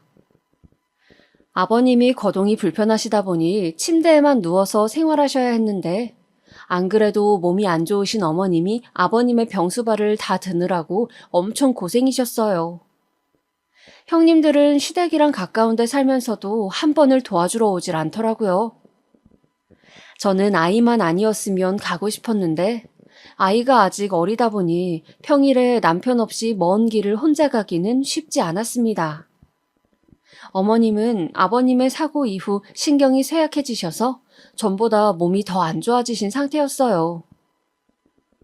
그런데 그 상태로 아버님 병수발을 들다 보니 한 달도 안 되어 몸져 눕게 되셨습니다. 결국 삼형제가 모여 아버님을 모시는 문제에 관하여 회의를 하게 되었습니다. 자, 지금 엄마가 아버지 병수발 못 드는 상태인 건 다들 잘 알 거고, 우리 중에 하나가 엄마랑 아버지 모시고 사는 게 최선이야. 큰아주버님이 운을 띄우자 둘째 아주버님이 말하더군요. 아, 형이 장남이니까 형이 모셔야 되는 거 아니야? 장남 노릇 해야지. 그러자 큰형님이 성을 내시더라고요. 어머, 혜림 아빠. 요즘 세상에 장남 차남 따지는 게 어디 있어? 그냥 형편되는 사람이 하는 거지.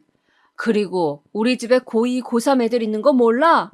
애들 대학 입시가 얼마나 중요한데 어떻게 우리 집에서 모시라는 거야? 우리 집은 절대 안 돼. 참, 혜림 엄마. 그 집이 어머님 집에서 제일 가깝잖아. 거기서 모시면 되겠네.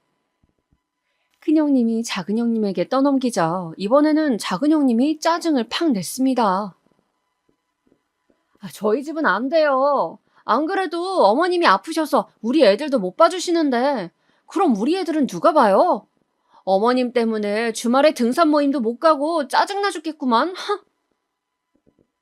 작은형님의 말본새에 남편이 주먹을 꽉 쥐고 부들부들 떨더라고요. 저도 너무 화가 나서 작은형님에게 따졌어요. 아니 형님, 여태까지 어머님이 형님네 애들 몇 년을 주말마다 봐주셨는데 고맙고 미안하지도 않으세요? 어쩜 그러실 수가 있어요? 동서, 말버릇이 싸가지가 없다. 내가 애들을 맡기건 말건 동서가 무슨 상관이야? 어머님도 여태 아무 말씀 안 하셨는데 동서가 뭔데 참견이야. 그렇게 어머님이 안쓰러우면 동서가 아버님 모시던가. 작은형님이 저에게 쏘아붙이자 화가 난 남편이 제 손을 끌고 밖으로 나가려는 걸 확 뿌리치고 말했습니다. 네, 다들 너무들 하시네요. 아무리 그래도 애들 할아버지 할머니인데 형님들 아주버님들 그러다가 천벌 받으실 겁니다. 아버님은 제가 모실 테니 앞으로 절대 관여하지 말아주세요. 여보. 저의 폭탄 선언에 남편이 당황하여 저를 바라보았어요. 큰형님네, 작은형님네는 잘 됐다고 제 맘대로 하라며 문을 쾅 닫고 가버렸습니다. 저는 너무 분해서 팔짱을 끼고 한참을 씩씩거렸어요. 남편이 저보고 정말 그래도 괜찮겠냐며 묻길래 당연히 괜찮다고 했습니다. 시부모님 봉양이 쉬운 거 아니라는 거 저도 알지만 저렇게 형님들이 서로 등 떠미는 꼴 보기 싫어서라도 제가 모시기로 작정했어요.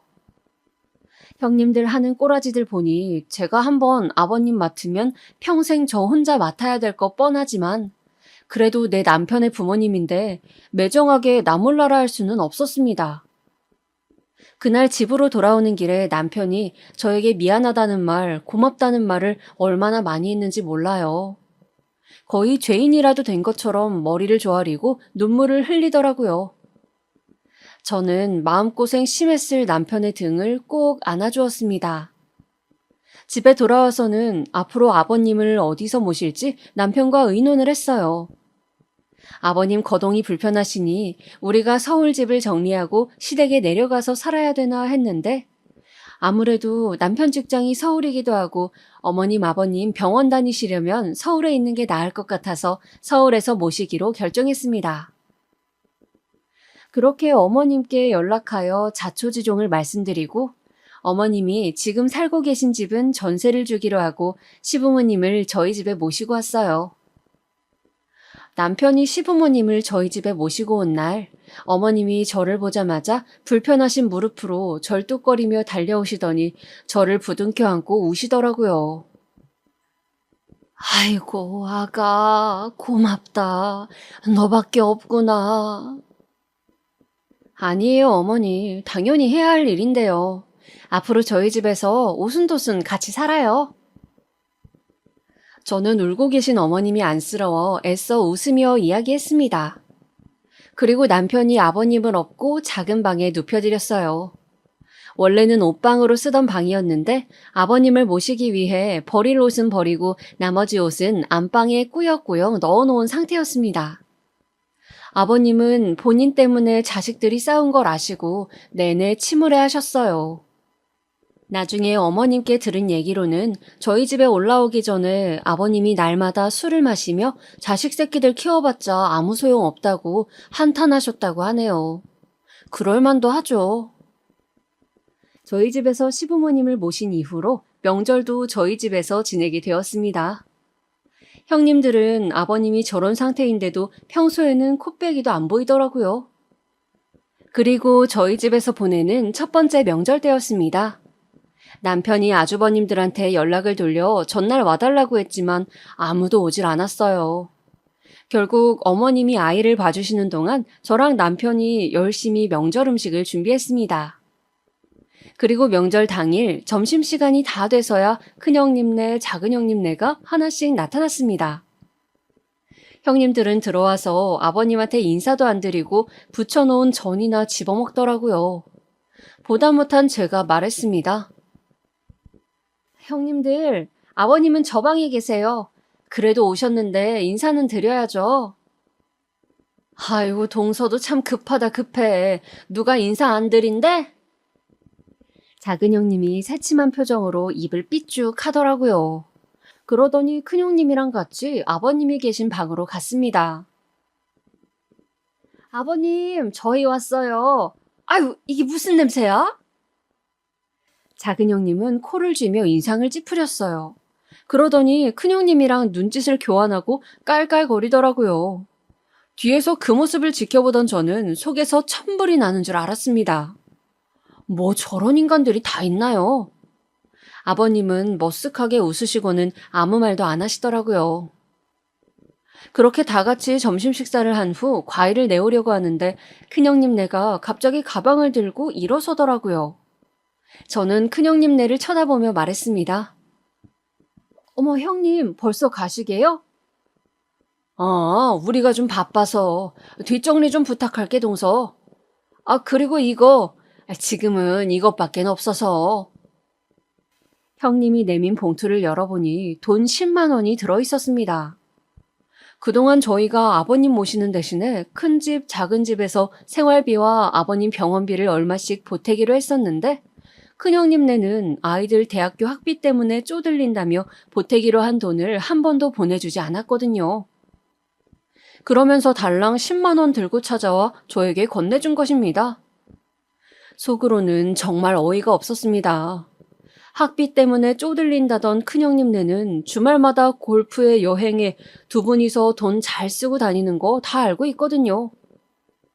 좋은 집에 살고 돈 펑펑 쓰면서 시부모님 생활비, 병원비 보탤 돈은 없나 봅니다. 명절이 끝난 후 어머님은 평소보다 더 몸이 안 좋아지셨어요. 마음이 여리신 편이라 이번 명절 때 형님들 하는 꼬라지를 보고 상처를 받아 마음의 병이 생기신 것 같았어요.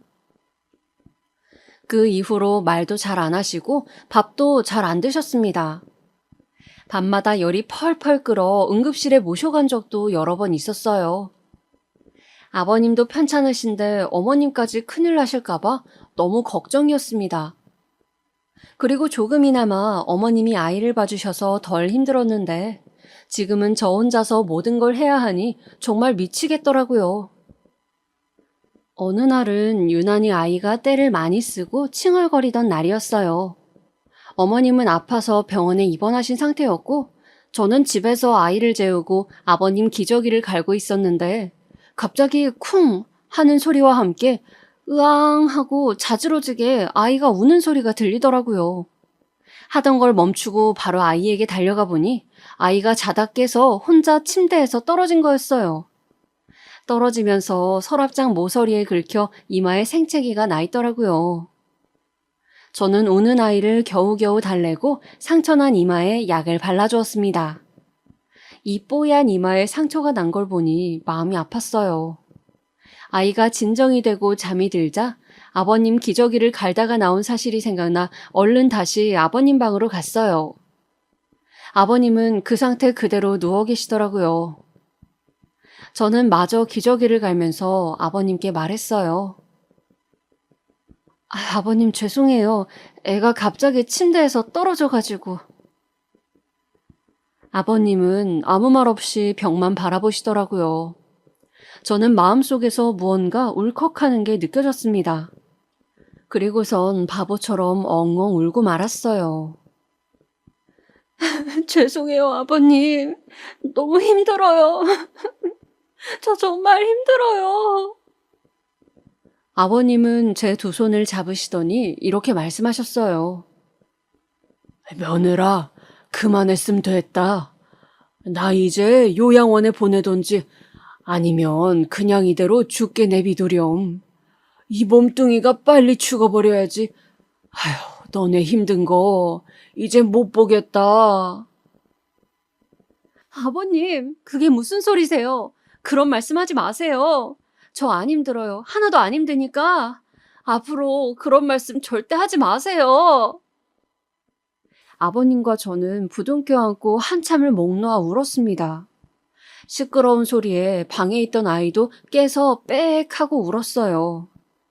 한참을 우리 집이 떠나가라 울었습니다. 그 일이 있고 나서 저는 최대한 힘든 티를 내지 않으려고 노력했어요.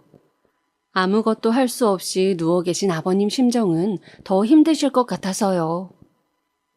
그리고 어머님은 그 일이 있고 얼마 후 돌아가셨습니다. 평소처럼 갑자기 열이 펄펄 끓어 응급실에 모시고 갔는데 그만 세상을 떠나고 마셨어요. 저한테 정말 잘해주셨는데 어머님의 장례식 날 얼마나 울었는지 모르겠습니다. 아버님은 불편한 몸으로 장례식에도 참석하지 못하셔서 스스로를 자책하며 매일 밤 눈물로 보내셨어요. 저는 어머님이 떠나신 후 괴로워하실 아버님을 위해 지금보다 더 정성껏 모셔야겠다고 다짐했습니다. 그리고 어머님이 돌아가신 후 몇 년이 지났습니다. 아버님은 몸이 많이 좋아지셔서 이제는 목발을 짚고 조금씩 걸어 다닐 수 있게 되셨어요. 제 아이도 이제는 학교를 다니고 아버님도 조금씩 걸을 수 있게 되니 저도 한결 편하더라고요. 지금은 이제 잠도 푹 자고 낮에 조금씩 여유 시간도 생겼습니다. 형님들은 어머님이 돌아가신 후 거의 발길을 끊었어요. 처음 1, 2년은 명절 때라도 왔었는데 이제는 명절 때도 돈만 달랑 보내고 오질 않습니다. 형님들은 그렇다 쳐도 자식들인 아주버님들까지도 그러더라고요. 정말 괘씸했습니다. 보태기로 한 생활비도 어느 순간 모른 척 하더군요. 먹고 살기 바쁘다면서요. 저도 남편도 그냥 형들은 없는 사람으로 여기고 살기로 했습니다. 우리만 잘하면 되는 거라고 생각했습니다. 그렇게 시간이 지나 벌써 아버님을 모신 지 10년이 되었습니다. 그간 정말 많은 일이 있었는데 벌써 시간이 이렇게 지났구나 생각하니 그동안 고생한 제가 대견하더라고요. 그리고 올해 명절 역시나 오지 않는 형님들 대신에 저랑 남편이 간단하게 음식을 하고 다 같이 식탁에 앉았습니다. 이제는 아버님도 식탁에서 같이 식사하실 수 있게 되니 더 오순도순하고 좋더라고요. 더군다나 아버님도 제 아이를 예뻐해 주시고 제 아이도 할아버지를 잘 따르니 그렇게 화목한 가족이 있을 수 없었어요. 준비한 음식을 맛있게 다 먹고 이제 치우려고 일어나는데 갑자기 아버님이 다시 앉아보라고 하셨어요. 할 이야기가 있다면서요. 며느라, 이제 너희랑 같이 산 지도 벌써 10년이 되었구나. 그동안 이 늙은이 몸뚱아리 병수발하느라 얼마나 고생이 많았을꼬. 아버님이 눈물을 글썽이며 말씀하셨어요. 그러더니 품에서 봉투 하나를 꺼내서 저에게 주시더라고요. 네가 우리 집에 시집 와서 이렇게 고생만 시키니 내가 얼마나 미안한지 모르겠구나. 내 너에게 보답하기엔 모자라지만 이거라도 받아주렴. 저는 의아해하며 봉투를 열었습니다. 봉투 안에는 문서 몇 장이 들어있었어요. 아버님, 이게 뭐예요? 집 문서다. 나랑 네 시엄이랑 살던 집 말이다. 그 시골 동네가 재작년부터 개발되기 시작하더니 집값이 3배가 뛰었더구나. 네, 이 집 너에게 줄 테니 전세를 주던지 팔던지 너희 마음대로 하거라. 남편과 저는 깜짝 놀라서 눈을 동그랗게 뜨고 서로를 쳐다봤어요. 그러다가 남편이 아버님에게 물었습니다. 아버지, 이게 무슨... 형들은요? 네 형들 말이냐? 걔들은 이제 내 자식 아니다. 자식이라고 생각 안 한 지 오래되었다. 내가 자식 농사 잘못 지은 탓이지 뭐. 그리고 네 어미도 죽기 전에 아프기 시작하면서부터 나한테 항상 부탁을 했었다. 나중에 물려줄 재산이 남아있거든 꼭 너희에게 물려주라고 말이다. 그리고 그 자식 같지도 않은 두 놈들이 난리칠 거 생각해서 우선 명의는 내 이름으로 해두기로 했다. 신탁회사에 유언 대용 신탁으로 맡겨두었으니 나중에 나 죽고 나서 너희한테 재산이 가더라도 유류분 청구는 하지도 못할 거다. 저는 아버님의 말씀에 순간 눈물이 터져나와 입을 막고 끄끄거렸습니다. 옆에서 보고 있던 아들이 울지 말라고 저를 달래주었어요. 그런데 거기서 끝이 아니었습니다. 아버님이 봉투에서 꺼낸 문서를 다시 자세히 보라고 하더군요. 부동산 문서 같은데 처음 보는 주소가 써 있더라고요. 영문을 알 수가 없어 아버님을 쳐다보았습니다. 아버님이 말씀하시길, 내가 여태까지 아들들에게 말 안 한 게 있다. 얘네들 어릴 적 큰 돈을 벌게 되어 건물을 2채 사두었는데 나중에 죽을 때 물려주려고 비밀로 하고 있었단다. 지금은 재개발되어 그 옛날 건물은 사라졌지만 그 돈으로 시내에 새로 지은 건물 2채를 사두었지. 아마 거기서 네가 카페를 하든 아니면 월세만 받고 굴리던 뭘 하든 먹고 사는데 지장은 없을 거다. 나 죽을 때까지는 네 건물이라고 생각하고 쓰다가 나 죽으면 그대로 가져가렴. 그리고 나머지 건물 1채는 너희 친정에 드리려무나. 그동안 시집와서 시부모 모신다고 친정은 신경 쓰지 못했잖니. 사돈댁에도 항상 감사하고 있었단다. 이 못난 시아비 때문에 예쁜 딸이 고생하는 거 보면서 사돈 어르신들이 얼마나 마음속으로 소가리를 하셨을지. 나도 자식 있는 아빠라 그 마음 잘 알지. 사돈 어르신들도 남은 여생 편하게 사셨으면 좋겠어서 드리는 거니 부담 갖지 말고 받거라. 저는 믿을 수 없는 이야기에 할 말을 잃었어요. 그리고선 아버님이 주신 문서를 소중히 품에 안고 울 수밖에 없었습니다. 아버님, 정말 감사합니다. 감사합니다. 제가 계속 우니 아들도 따라서 울었어요. 남편도 울고 아버님도 울고 네 식구가 부둥켜 안고 한참을 울었습니다. 세상에 돈이 다는 아니지만 그래도 여태까지 10년 동안 고생한 거 한 번에 보상받는 기분이었어요. 보상받을 거 바라고 한 일도 아니었지만 그동안 저 정말 힘들었거든요. 아버님 말씀 따라 친정에서도 저 고생하는 거 알고 항상 속상해 하셨어요. 그래도 밖에서는 힘든 내색 안 하고 열심히 살았습니다. 열심히 사니 이렇게 상을 받나 봅니다. 그렇게 한참을 넷이서 울다가 아버님이 아직 할 말이 더 남았다고 하시더라고요. 그리고 다음 주부터 나도 일하기로 했다. 잘 찾아보니 이 몸 불편한 늙은이도 써주는 데가 있더구나. 이제는 내 밥벌이는 내가 할 테니 너희는 내 걱정하지 말고 니들 살고 싶은 대로 살거라. 너희 주고 남은 재산이 조금 있으니 그걸로 나는 내 몸 딜 방 한 칸 얻어서 나가면 그만이다. 그렇게 하면 이제 너희도 정말 편하게 살 수 있겠지. 아버님 아니에요. 일하시는 것까진 못 말리지만 계속 여기서 살아주세요. 우리 동현이도 할아버지 얼마나 좋아하는데 나가시면 저 섭섭해요. 저희랑 오래오래 같이 살아요, 아버님. 제가 이렇게 말하자 저희 아들도 한술 더 뜨더군요. 맞아요, 할아버지. 저 할아버지 없으면 심심해요. 제가 할아버지 심부름 더 많이 할 테니까 가지 마세요, 네? 아, 그래. 우리 동현이가 가지 말라면 가지 말아야지. 오늘 저녁은 맛있는 거 시켜 먹자꾸나. 역시 손주 말에는 꼼뻑 죽는 아버님이 아들의 가지 말라는 말에 바로 오케이 하시더라고요. 저도 진짜로 나가실까봐 섭섭했는데 안 나가신다니 마음이 놓였습니다. 그리고 그날 저녁은 아버님이 제일 좋아하시는 양념치킨을 시켜서 다 같이 먹었습니다. 기분이 날아갈 듯 좋아서 그런지 그날 먹었던 치킨은 태어나서 먹어본 치킨 중에 제일 맛있었어요. 그리고 그날 이후 저는 바리스타 학원을 다니기 시작했어요. 코로나 시국에 카페 창업이라니 걱정되긴 했지만 그래도 아버님이 저에게 기회를 주셨으니 한번 해보려고요. 그리고 아버님이 사후에 건물을 증여할 때까지 마음대로 건물을 써달라는 제안을 극구 사양하던 친정 부모님은 결국 아버님의 성화에 그렇게 하기로 하셨습니다.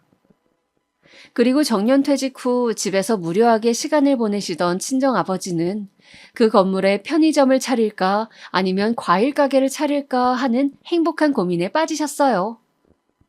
그리고 제 남동생은 편의점이든 과일 가게든 자기가 같이 일하겠다며 난리고요. 그리고 아버님은 그때 말씀하셨던 것처럼 일을 다니기 시작하셨는데 하루에 몇 시간씩 건물 관리를 하고 100만 원 남짓 받는 일이더라고요. 사실 이만큼 재산이 있으니 일 안 하셔도 되는데 일을 다니시기 시작하면서부터 웃음도 더 많아지시고 자신감도 생기신 것 같아서 그냥 다니시게 하고 있습니다. 10년 동안 집 안에서만 있다가 밖에 나가서 돈을 버니 이제야 사람 구실 하는 것 같다며 너무 좋아하시더라고요. 아, 그리고 형님들 얘기를 안 할 수가 없네요. 형님들은 어떻게 알았는지 몰라도 제가 새로 카페를 개업한다는 소식을 듣고선 저거 분명 아버님이 해줬을 거라며 가족들을 다 대동해서 밤 늦은 시간에 씩씩거리며 쳐들어왔습니다. 밤 12시에 문을 발로 쾅쾅 차며 문 열라며 소리 지르는 탓에 문을 열어줘야 되나 했는데 아버님이 절대로 열지 말라고 하시더군요. 그러더니 아버님이 직접 현관까지 나가 바깥에 들릴 만큼 큰 소리로 소리치셨습니다. 어디 남의 집에 와서 소란이냐? 나는 너희 같은 아들 며느리 둔 적 없으니 썩 꺼지거라. 그럼에도 물러나지 않고 계속 문을 발로 차고 두드리며 시끄럽게 하던 그들은 이웃 주민이 경찰에 신고하는 바람에 꼴 좋게 돌아가고 말았어요. 그리고 그 이후 아버님뿐만 아니라 저와 남편 아들까지 전화 폭탄에 문자까지 정말 미치는 줄 알았습니다. 카페는 무슨 돈으로 해줬는지 몰라도 아버님이 시골집까지 막내에게 물려주시면 가만히 있지 않겠다면서요. 결국 저희는 모두 휴대폰 번호를 바꿨습니다. 그런데 연락이 안 되자 매일 집에 찾아오고 집에 없는 척하니까 남편 직장까지 찾아오더라고요. 결국 아버님이 나섰습니다. 한 번만 더 얘들 괴롭히면 나 죽을 때 막내한테 모든 재산을 물려주겠다고요. 변호사하고 상담해서 너희가 너희 몫을 못 가져가도록 최대한 조치를 취해놓고 죽을 터이니 나중에 너희 목 제대로 받고 싶으면 조용히 살라고 하셨습니다. 물론 아버님이 돌아가시기 전에 단 한 번이라도 거슬리는 행동을 하면 국물도 없을 줄 알라고 하고요. 아마도 형님들 성격에 분명히 1년도 못 가 아버님 눈밖에 날 것입니다. 그리고 한 달 정도 지났는데 아직까지는 잠잠하네요.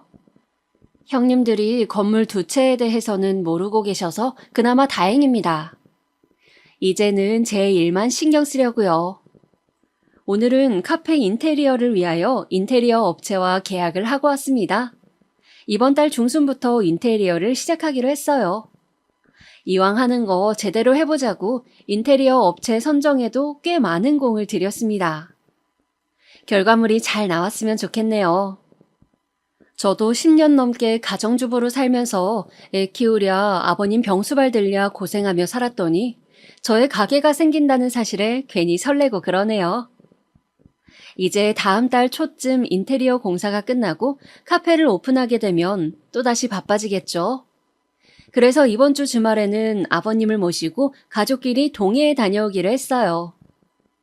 아버님이 바다를 본 지 너무 오래되었다고 하셔서 겨울바다 구경하러 가려고요. 가족여행 간다는 말에 신난 아들을 보니 가슴이 뿌듯하고 너무 행복합니다. 힘들었던 10년간의 생활 끝에 이런 행복이, 저에게 일어난 이 모든 기적 같은 일들이 꿈이 아니라 현실이라는 게 아직도 실감이 안 나지만 앞으로 저도 누군가에게는 기적을 선사할 수 있는 사람이 되기 위해 열심히 살아보려고 합니다. 네, 저의 이야기는 여기까지입니다. 막내 며느리로서의 저의 삶 어떠셨나요? 이야기가 많이 길었죠. 저에게 이렇게 기적이 일어난 것처럼 여러분의 삶에도 따뜻한 빛이 비추기를 기원합니다. 어제도 눈이 내려 참 추웠는데요. 추운 날씨에 건강 유의하시고 행복한 하루 보내시길 바랍니다.